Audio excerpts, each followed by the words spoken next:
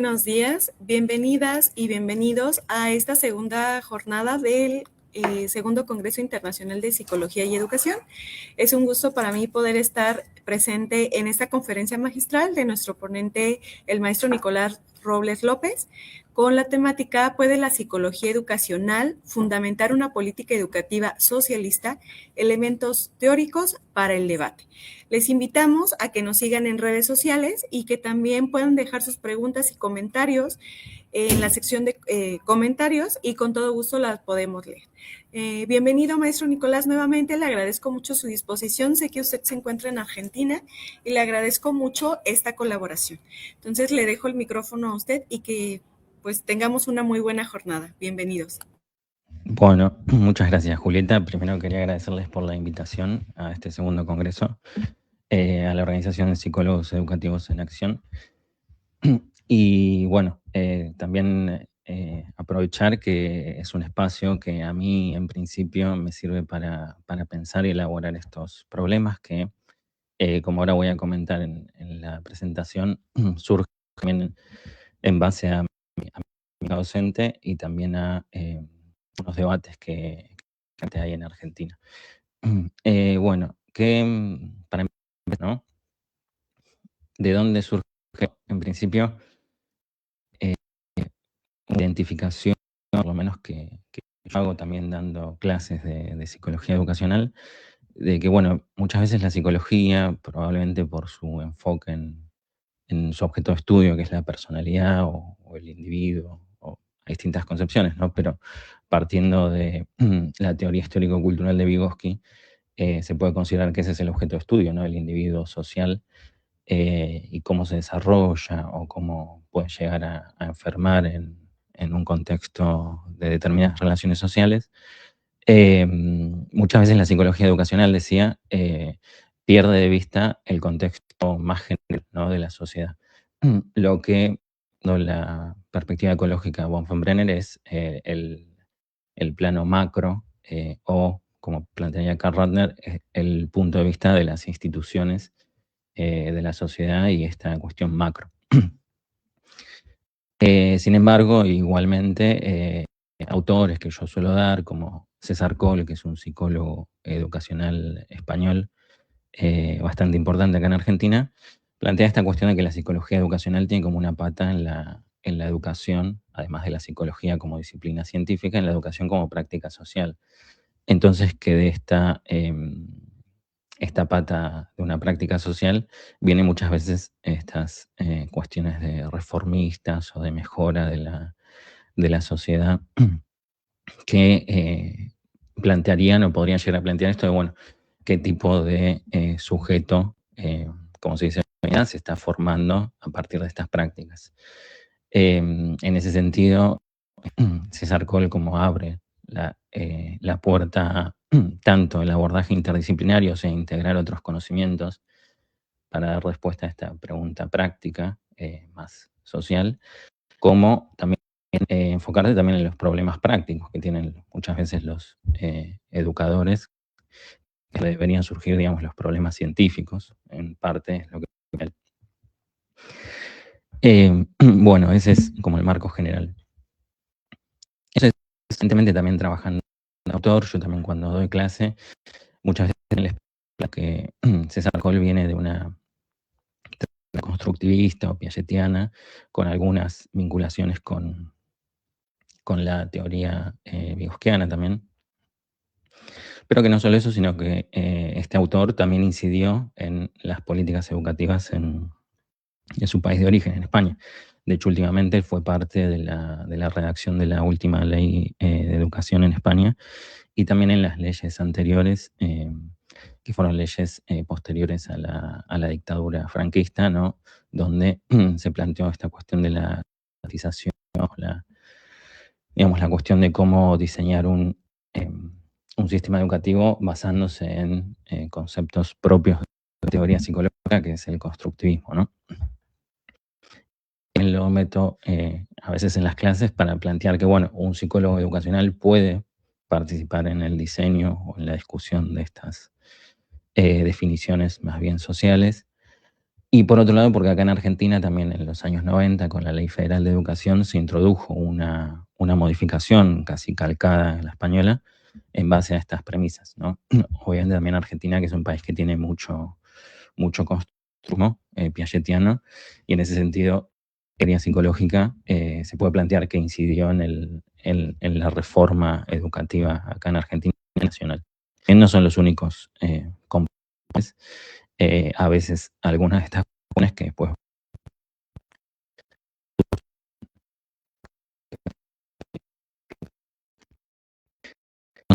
eh,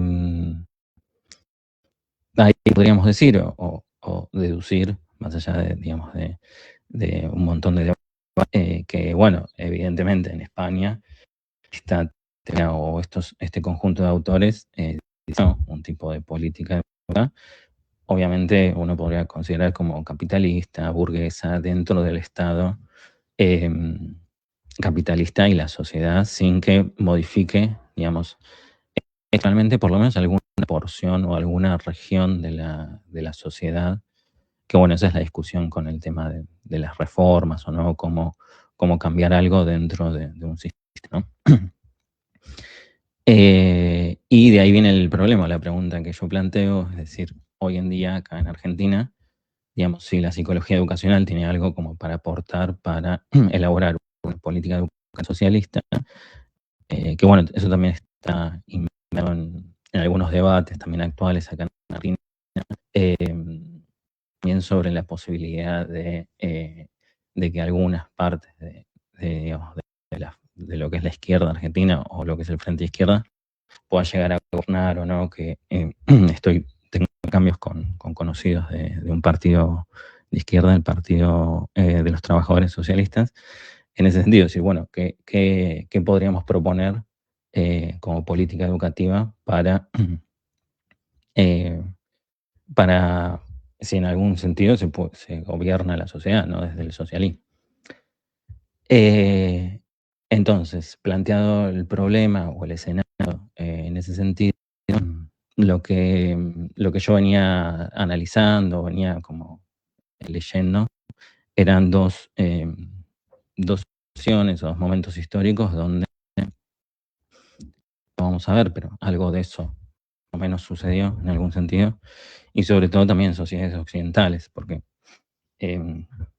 evidentemente Vygotsky o también todo el proceso revolucionario ruso, digamos, la teoría y ciertas concepciones psicológicas de la teoría vygotskiana incidieron, pero bueno, es muy parcial por el proceso y además por que es difícil acceder, digamos, al conocimiento también de cómo funcionaba el sistema educativo ruso, etc.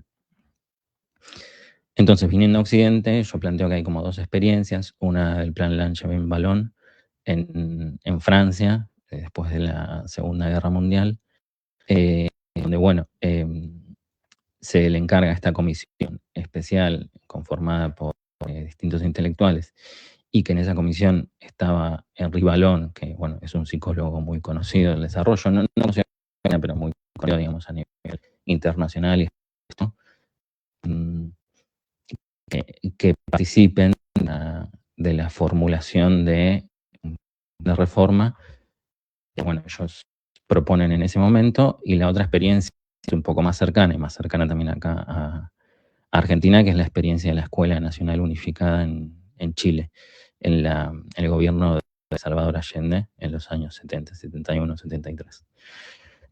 Bueno, más allá de que yo no voy acá a abundar en las cuestiones históricas específicamente, me interesaba rescatar, digamos, cuáles son los conocimientos psicológicos, si bien en cada experiencia es distinto, digamos, o qué podemos llegar a pensar que se plantearon, o sociológicos en base a cómo funciona el sistema educativo, que, digamos, que se plantearon en cada una de estas situaciones.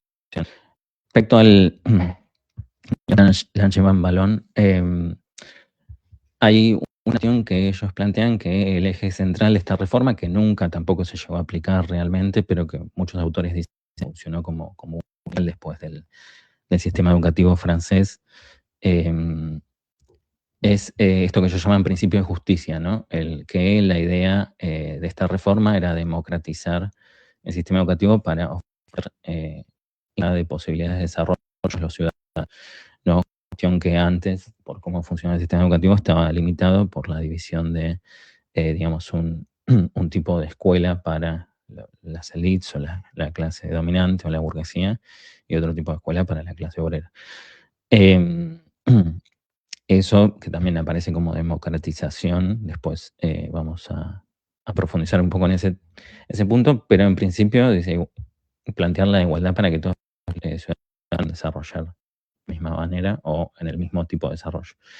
Después otro principio que plantean es que lo que la escuela tiene que hacer es esto que llaman principio de orientación versus la selección, o sea que la psicología, digamos, dentro de la escuela, o el conocimiento psicológico no tendría que estar orientado a seleccionar a los sujetos para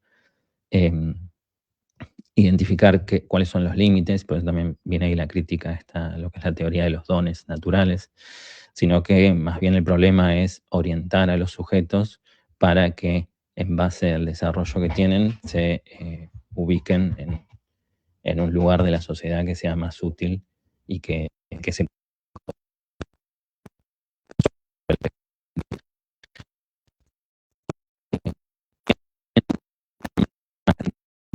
pues en los 70 van a criticar esta división de dos tipos de caminos dentro del sistema educativo, uno más bien intelectual y otro más bien técnico. En este plan se plantea esto de la unidad y la cultura general, ¿no? Que la cultura general sería lo que daría como una base a esta división entre dos caminos, pero que los estudiantes o los ciudadanos tengan esa cultura general permitiría compensar o más o menos establecer como un equilibrio. No lo dicen así, pero más o menos como igualar lo que llaman como patrimonio de ese desarrollo del niño adolescente, un desarrollo completo de su persona, que es un aspecto que bueno, también va una teoría del desarrollo, digamos, de las etapas por las cuales pasan los niños o los adolescentes, y obviamente esa concepción de las etapas y lo que pueden llegar a hacer o a desarrollar, en algún sentido está relacionado con lo de, bueno, cómo organizar los distintos ciclos que se plantean en esa reforma. Bueno, ¿no? Son los conceptos que me parecen importantes. Después los veo al final. Esto, digamos, que nunca se implementó, digamos, teniendo en cuenta que Balón era parte del Partido Comunista de Francia, y otros la llevan también, recibe como una crítica también en los años 70 de Baudelot y Stablet en la Escuela Capitalista, planteando esta cuestión de que en realidad en su libro estos autores, más allá de lo que plantea Althusser sobre la escuela como un aparato del Estado, es entender que ellos quieren desarrollar en ese libro lo que es una teoría general que sería del modo en el cual se da la escolarización en las sociedades capitalistas, ¿no? Entonces, en ese sentido plantean que, digamos, la escuela que se como única, en realidad está dividida en dos redes: la red primaria profesional, que es la clase obrera, y la secundaria superior, que es para la burguesía o la clase dominante, que los dirige la educación universitaria y hacia los puestos de mando dentro del Estado, dentro de la economía, mientras que a la clase obrera le queda la educación más descalificada y que los dirige hacia los trabajos más bien manuales. Sobre la base de ese conocimiento, que en realidad es más bien la estructura, digamos, de un sistema educativo, con cómo reproduce la división en clases de la sociedad, y esta función que dicen estos autores de que el sistema educativo cumple esa función de ubicar a los sujetos en las relaciones de producción. Acá yo hago el puente con la propuesta de la Escuela Nacional Unificada en Chile, en el contexto del gobierno de Salvador Allende, en la transición al socialismo, ¿no? Esta propuesta parte de, digamos, ciertas discusiones económicas que también deberían ser centrales, porque también ninguna se puede dar si no hay presupuesto, no hay una cuestión que financie el tipo de educación para la clase obrera, pero parte de esta idea de unificar el sistema educativo que estaría, o sea, estaría digamos, ejemplo de este clasismo. O sea que hay una enseñanza para las élites y otra para las clases populares. Entonces esa unificación también está vinculada con esta unidad que dicen entre el estudio y el trabajo, ¿no? La cuestión de la cuestión politécnica. A su vez, obviamente también estaba incluido el debate como ideológico, entre comillas, en esta cuestión de formar un hombre nuevo, distintas cuestiones solidarias, que sería como la cuestión más bien digamos, de contenido que se enseña o curricular en la escuela, pero en principio esta reforma lo que hace es intentar, digamos, cambiar esas dos redes, o eso que está dividido, según Baudelot y Stablet, y hacer una escuela nacional unificada. O sea que tanto en los nivel primario y secundario como que sea, acá en Argentina, no estoy traduciendo, como una posibilidad de que los estudiantes realmente logren esto que estábamos viendo antes en Balón, pero que era más bien intermedio, realmente logren esa educación o esa cultura general común. Bueno, la Escuela Nacional Unificada tampoco se llegó a realizar o a desarrollar, obviamente por el derrocamiento del golpe de Estado al gobierno de Salvador Allende, que, bueno, digamos, eso otras cuestiones, son los límites también dentro de las transformaciones dentro de un Estado capitalista, ¿no? Pero, esos son como los conceptos o las cuestiones que yo quería plantear. Y ahora, en esta segunda parte, o última parte, me interesa plantear, digamos, el debate, en parte con un texto que tiene Cole con Mirás en la comparación que ellos hacen de psicología de la educación, y haciendo un paralelo también con ciertas cuestiones conceptuales acá en Argentina, que el texto ese aborda cómo tratar diferencias en la escuela, ¿no? En ese texto, Cole y Mirás plantean que, bueno, hay distintas estrategias para tratar las diferencias, pero lo que yo también quería plantear, o siempre planteo, es que, bueno, una cosa es hablar de diferencias o diversidad, como hablan acá Vaquero, Terigi, los autores más bien socioculturales, y otra cosa es hablar de desigualdades, ¿no? Donde desde la psicología del desarrollo podemos considerar que hay ciertas funciones psicológicas superiores, si hablamos en términos biosquianos, ciertas capacidades psicológicas que no se desarrollan por la desigualdad social o económica, ¿no? Por ejemplo, el desarrollo del lenguaje, el desarrollo de la escritura, digamos, distintas cuestiones que están vinculadas con la cultura de la familia y la familia que está vinculada a la clase social a la cual pertenece, ¿no? Entonces, eso son desigualdades y no diversidad o diferencia en general, porque diferentes somos todos. Entonces, lo que ahí César Cole es que, bueno, hay distintas estrategias, que algunas están como basadas más bien en supuestos como más bien fijistas, y hay otras que están basadas como en supuestos más bien interaccionistas, ¿no? La selección, digamos, seleccionar a alguien según las capacidades y ponerlo que puedan ser, no sé, un deportista de alto rendimiento, o un chico que tiene capacidades para el deporte, se lo selecciona y se lo pone en un lugar, eso sería seleccionar, ¿no? Que tendría que ver con carácter fijista porque tiene que ver con ciertas características que se supone que son propias de ese. La otra estrategia que está vinculada con eso, solamente que con una cuestión más bien de cambio ambiental, es la estrategia de la repitencia, ¿no? Que tiene que ver con que, bueno, cuando un chico aprende lo que tiene que aprender, repite porque se supone que necesita más tiempo para aprender esos conocimientos. Y después él plantea dos tipos de estrategias que él las fundamenta en el presupuesto bien interaccionista, ¿no? Una es la estrategia de compensación de las diferencias, y la otra es la estrategia de llama esto adaptación, ¿no? Menciona como la cuestión de la digamos, de la comprensión. Plantea un programa que existía en Estados Unidos que se llama Head Start, como para que los chicos, como el nombre mismo lo dice, como que empiecen en el mismo momento, compensando las diferencias que traían tanto culturales como sociales.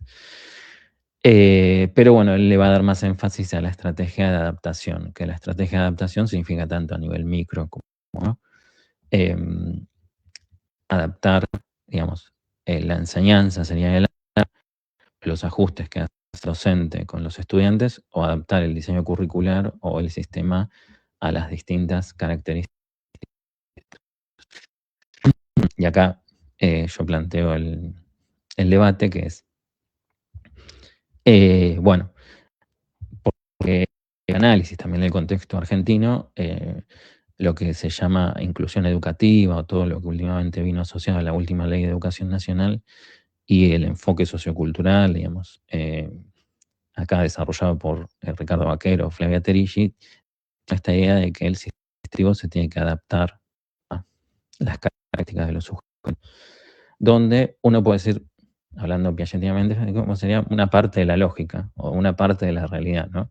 Que sería esto de tomarlo en esto del paisajismo. Claro, obviamente uno tiene que trabajar donde están los otros en un determinado momento, pero eso solo tampoco ayuda a desarrollar a los sujetos al máximo nivel que pueden, tanto cognitivo como afectivo, porque en algún sentido, tomando el balón o lo de Francia, eso iría como en contra, si bien la igualdad de condiciones se da dentro del sistema educativo, no se da por fuera, por un lado, ni en la economía ni en lo social, y por otro lado, tampoco es una igualdad de resultados, a grandes rasgos, digamos. Si bien todos los sujetos van a llegar más o menos, que lleguen a resultados estructuralmente o cognitivamente parecidos, que en términos piagetianos es que lleguen al pensamiento operatorio formal o vygotsiano al pensamiento abstracto, donde evidentemente, por lo que plantean muchas veces los piagetianos españoles, Mario Carreteros, no llega a ese tipo de desarrollo cognitivo. Ahora, ¿por qué no se llega? Porque los sujetos no puedan, o porque en realidad nunca se resolvieron esas cuestiones externas o sociales. Entonces ahí entra lo que yo planteo, o lo que yo estoy pensando, que es que evidentemente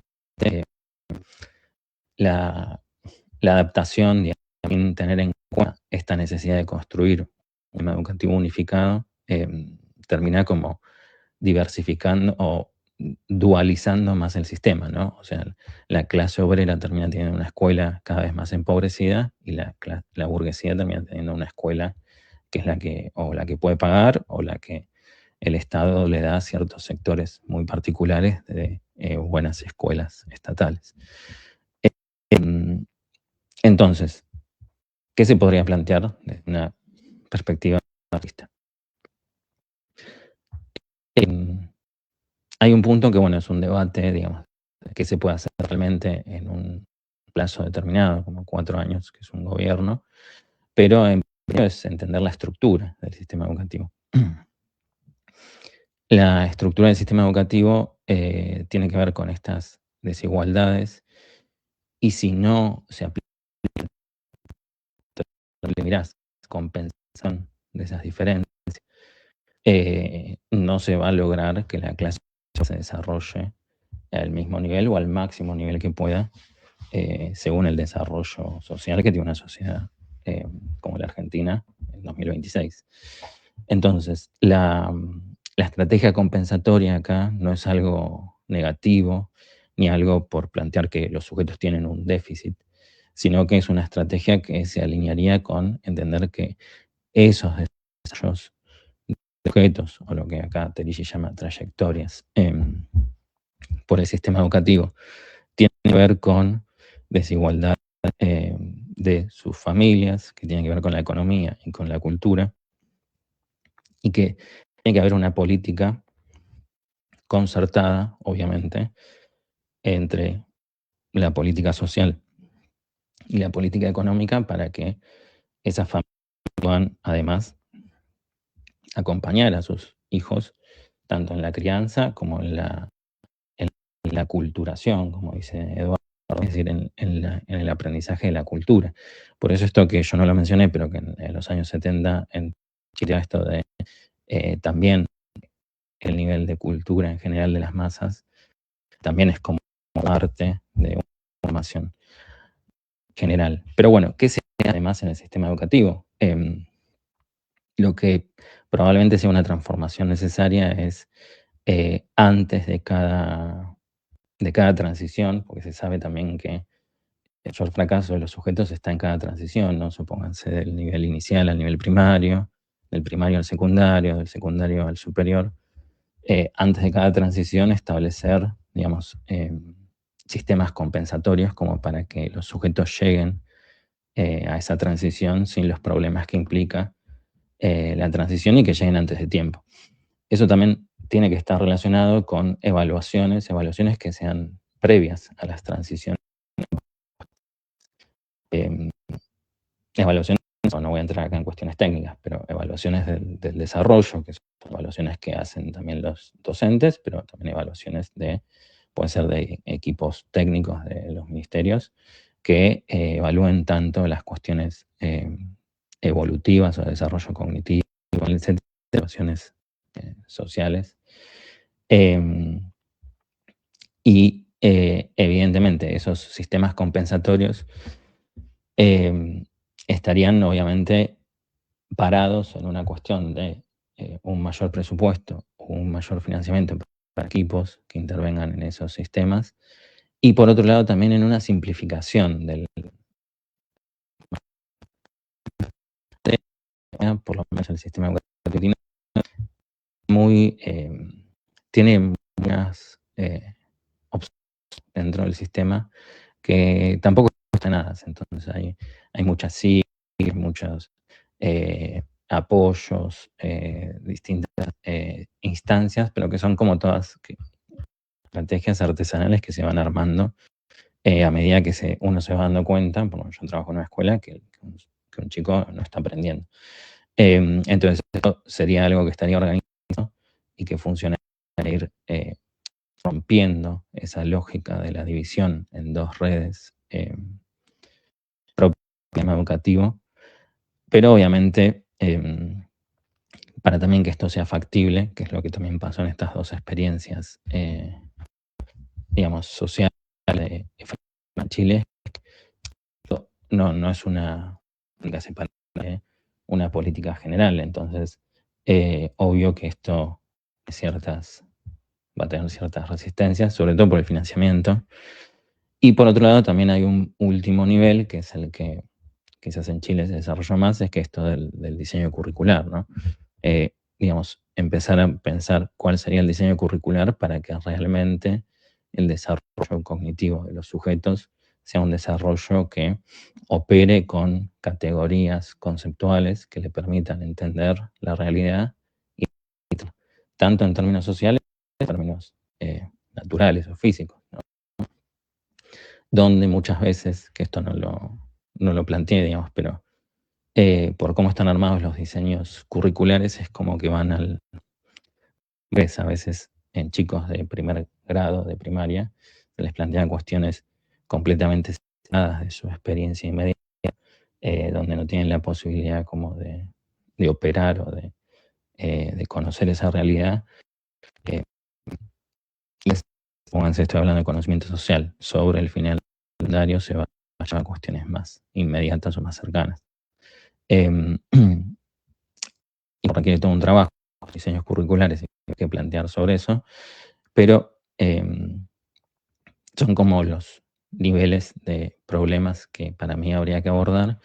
Y después lo otro que también quería hablar, que tenía que ver con estos debates, o algo que estuve hablando que bueno, esto tampoco es solamente necesario que se dé desde una política desde el Estado, no tienen además el apoyo o el acompañamiento de los trabajadores de la educación que tanto en sus sindicatos como en sus formas de organización dentro de cada escuela, la idea es que tomen estas tareas o estos debates, en la que se acuerdan de partir problemas prácticos reales que tienen los docentes y ver si esta política general se articula con lo que, lo que permitiría una mejoración tanto para docentes como para estudiantes. Eso para Argentina tuvo, por lo menos desde la última dictadura militar, lo que se llama como un congreso pedagógico nacional, donde, bueno, distintas instancias de la sociedad civil, cuáles son las mejores propuestas para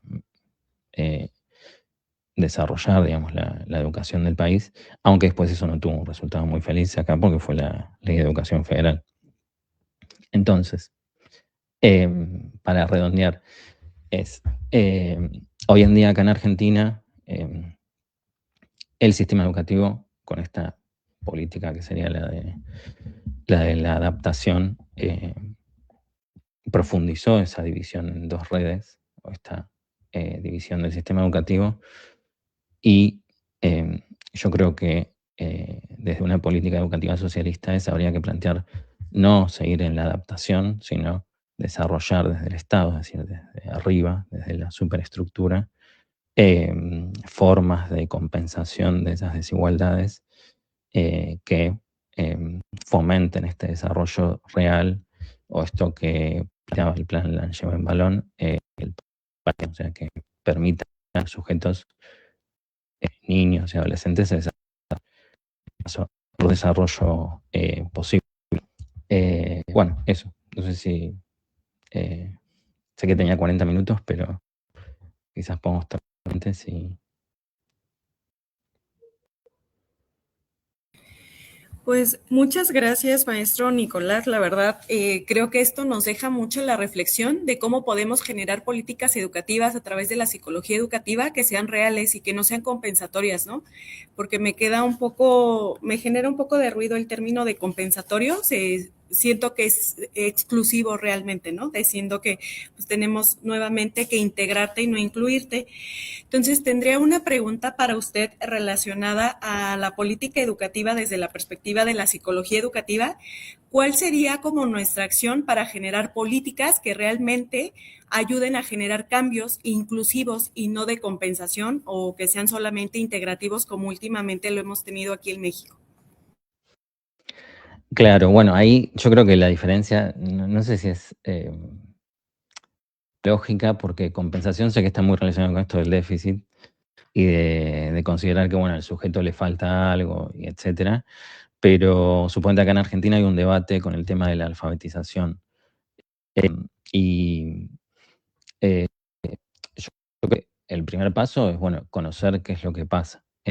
Y por otro lado, no tenerle miedo a, digamos, a los términos, en el sentido de que acá digamos, se sabe que, no sé, los niños de menor nivel económico, acá la mitad de los niños son pobres, mitad un poco más, no se alfabetizan en el mismo tipo, entre comillas, que niños que tienen otra posición económica. Entonces, cuando yo digo compensación, es decir, bueno, o sea, si bien es comprensible la cuestión de... Yo no estoy diciendo que haya que seleccionar o sacar a los sujetos de ese sistema educativo, como se planteaba antes, sino que yo digo compensación, es decir, bueno, estos chicos que, supónganse, no tienen acceso a la cultura letrada en sus familias, no tienen las mismas condiciones, digamos, lo que habría que hacer es ver cómo desde el sistema educativo, con esto yo digo sistemas de compensación, darle lo que no tienen, que hoy en día lo plantean algunos autores que plantean un cambio hacia el método fónico de enseñanza, que es esto que lo plantean desde un principio bíblico, ¿no? Que es que los sujetos los que menos tienen que recibir más. Y lo que pasa ahora es que los que más tienen reciben más, y como que eso genera esas desigualdades. Entonces, no sé qué será compensación en México, pero por lo menos acá yo lo tomo, este debate o esta discusión con los españoles, es que esa evaluación de la desigualdad en términos de que un sujeto de 6 años cuando entra a la escuela, de determinada social, con determinada cultura, tiene ciertos aprendizajes o cierto desarrollo que otros tienen, tendría que ser evaluada antes, previamente, para prevenir esto, y tendría que ser pensada con una política específica, familia, de proveer libros, que son todas cosas que antes se hacen, pero hacerlas más desarrolladas. Proveer libros, que esa familia se inserte en el mercado laboral y tenga tiempo para compartir con su hijo en la familia. Entonces, por eso yo digo, y por eso ahí Paul plantea esto de Head Start, que es un programa que está en Estados Unidos, no es que lo inventó él, ni siquiera del socialismo, como decía en Estados Unidos, es decir, bueno, esa evaluación integral del desarrollo se tiene que hacer en los contextos, sería como Brenner, ecológicos del niño, y ver, bueno, cómo esos factores que en algunas casas o en algunas familias de algunas clases existen, en otros no existen, entonces eso, el Estado tendría como que intervenir en eso, y por lo menos acá en Argentina esto no se resuelve con menos Estado, sino que es con un Estado específico que vele por esos intereses. Entonces yo digo evaluación, intervención sobre esos niños o sujetos, y obviamente también una simplificación del sistema, digamos, que a veces es muy... acá está muy... el sistema mismo es como está muy diferenciado internamente. Entonces, obviamente eso son más bien ideas, digamos, pero sin eso, sin esa organización de decir, bueno, esto es algo que sucede. Y con esto que sucede, ¿cómo intervenimos? Esa es la pregunta. Muchas gracias, maestro. Y me llegó una pregunta respecto a que usted hablaba de ahí ciertas categorías específicas para la evaluación desde pues la educación inclusiva. ¿Qué categorías se podrían plantear para que sea realmente una evaluación más hacia el sujeto, a las necesidades del sujeto y no tanto a las necesidades de un sistema? O sea, de nuevo, yo vuelvo con esto, es que para mí también sí, esto del interaccionismo que plantea Cole, que bueno, las teorías, tanto la vygotsquiana como la piagetiana, tiene esto de la dialéctica, es que no debería ser solo sobre el sujeto, tomando también el concepto de zona de desarrollo próximo, ¿no? De Vygotsky, ¿no? O sea, porque si no, uno siempre toma, digamos, lo que el sujeto hace o las necesidades que tiene separado, ¿no? Es decir, el sujeto en el sistema. Entonces,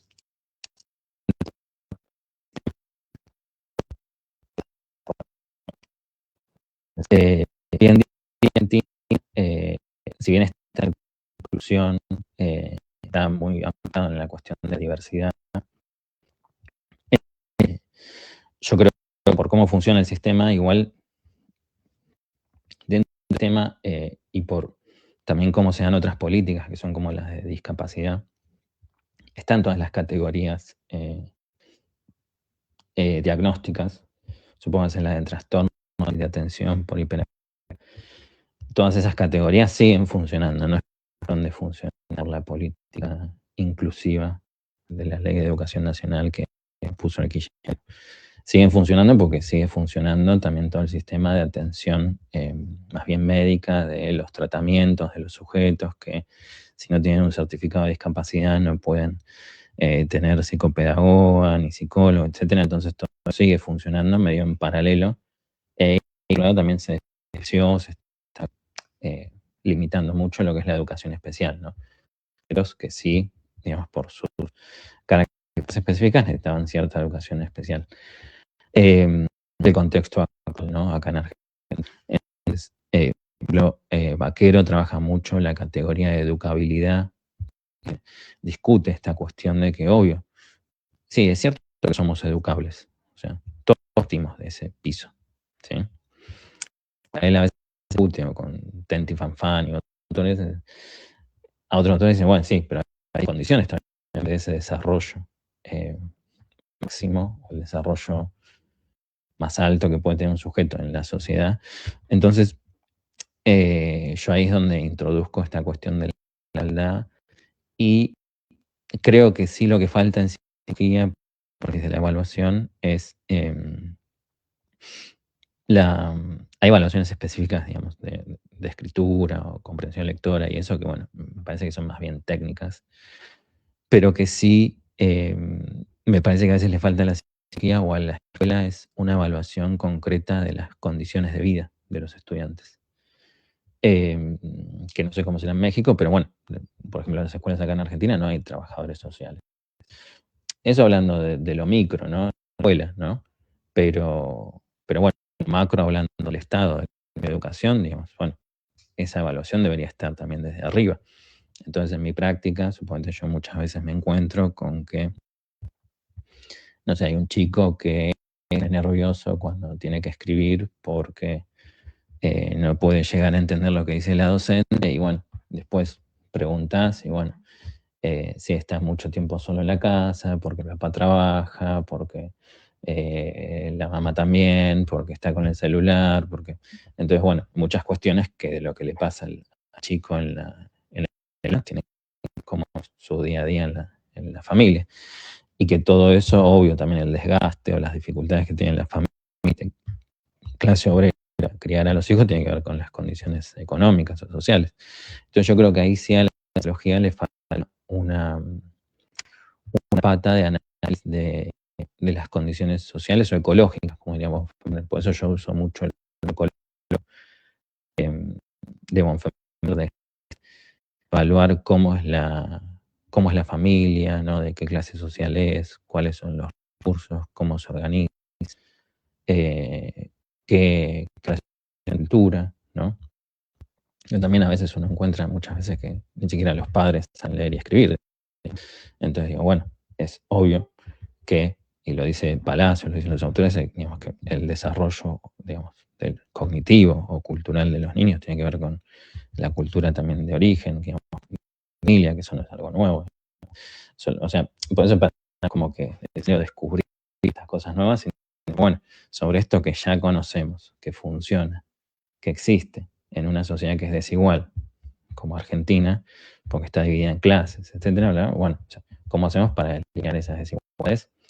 El nombre que yo digo compensación, pero bueno, el nombre más que nada es decir, bueno, tampoco quizás la transformación se puede dar de 0 a 100 y directamente podemos eliminar todo, sino que estos sistemas son más bien para igualar o lograr igualar ese desarrollo de los objetos. Pues le agradezco mucho, maestro Nicolás, su disertación, la verdad muy interesante. Como siempre, las veces que lo hemos tenido dentro de la página, pues nos ha generado mucha reflexión respecto a la aplicación real, ¿no? De las teorías, la importancia de recaer en el desarrollo de las infancias, también cómo implica todo el contexto, la desigualdad que bien menciona en los procesos educativos. Me gustaría que nos comparta sus páginas para que la gente que lo está viendo conozca también su trabajo, el laboratorio que lleva dentro de la escuela allá en Argentina, si es tan amable. Sí, bueno, el laboratorio, primero empiezo por ahí, está ubicado en el Instituto de Educación Superior Alicia Moro de Justo, acá en Ciudad Autónoma de Buenos Aires. Se llama Laboratorio de Psicología Histórico-Cultural. Es un proyecto que empezamos el año pasado, si bien veníamos trabajando con un grupo de psicólogos antes, que bueno, básicamente tiene este objetivo de ir produciendo conocimiento sobre los problemas, desarrollar una teoría cultural y no sociocultural. Y bueno, específicamente ahora estamos también trabajando lo del pensamiento abstracto y el desarrollo en educación de adultos. Eso por un lado. Y por otro lado, bueno, en Instagram tengo mi página, que es la de Estudiando Vygotsky, que es con la que empecé como a compartir, digamos, lo que yo venía haciendo, sobre todo con la tesis de maestría, que estoy terminándola en este momento, ¿no? Así que, bueno, eso.